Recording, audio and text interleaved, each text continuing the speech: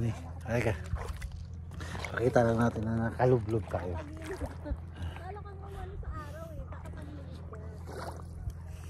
Papakita ko lang na nakalublob ka. Pareho tayo.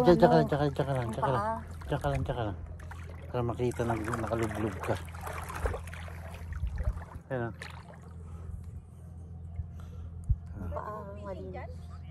Dino ng tubig dito, no? Dito kami ngayon sa Dinosaur Lake.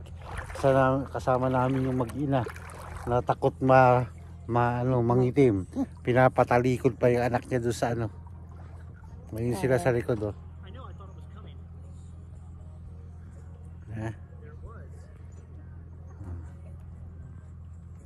Tingin naman dito, tingin.